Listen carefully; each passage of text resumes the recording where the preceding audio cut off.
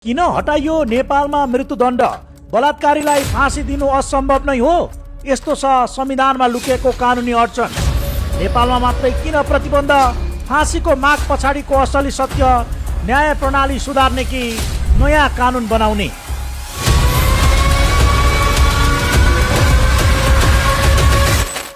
बलात्कार जस्ता गम्भीर अपराधका घटनाहरू सार्वजनिक हुँदा दोषीलाई फाँसी दिनुपर्ने माग नेपालमा पटक पटक उठ्ने गरेको छ। तर नेपालमा बलात्कार सहित कुनै पनि अपराधमा मृत्युदण्ड दिने कानुनी व्यवस्था छैन। यसको मुख्य कारण नेपालको संविधानले नै मृत्युदण्ड सम्बन्धी कानुन बनाउन रोक लगाएको व्यवस्था हो। संविधानको धारा 16(2) मा कानुन बनाएर मृत्युदण्डको व्यवस्था गर्न नपाइने उल्लेख छ। नेपालमा मृत्युदण्डको व्यवस्था 2047 सालको संविधानबाट हटाइएको थियो र त्यसपछिका संवैधानिक व्यवस्थाहरूले यसलाई स्वीकार नगर्ने नीति निरन्तरता दिएका छन्। हालको संविधानले पनि मृत्युदण्ड दिने गरी कुनै कानुन बनाउन निषेध गरेको छ।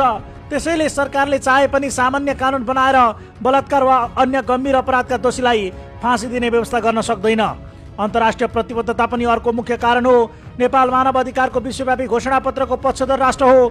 त्यस्तै नेपालले सन् 1998 मार्च 4 मा मृत्युदण्ड उन्मूलन सम्बन्धी नागरिक तथा राजनैतिक अधिकार सम्बन्धी अन्तर्राष्ट्रिय अनुबन्धको दोस्रो शैक्षिक प्रोटोकल अनुमोदन गरेको छ, जसले व्यक्तिको बाँच्न पाउने अधिकारको संरक्षण र मृत्युदण्ड उन्मूलनतर्फ नेपालको अन्तर्राष्ट्रिय प्रतिबद्धता देखाउँछ।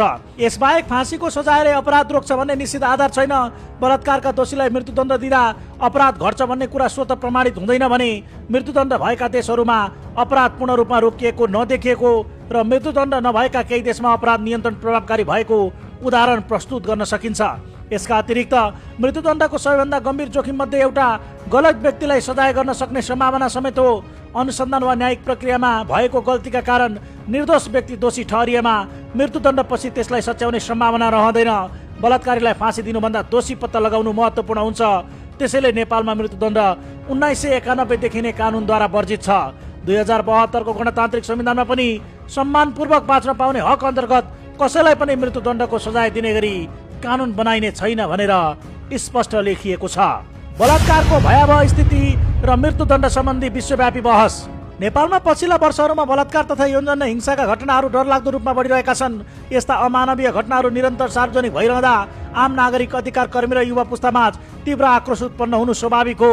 यही आक्रोशका कारण अपराधीलाई कठोरभन्दा कठोर सजाय अर्थात् मृत्युदण्ड दिनुपर्छ भन्ने माग सडकदेखि सामाजिक सञ्जालमा जोडतोडका साथ उठ्दै आएको छ।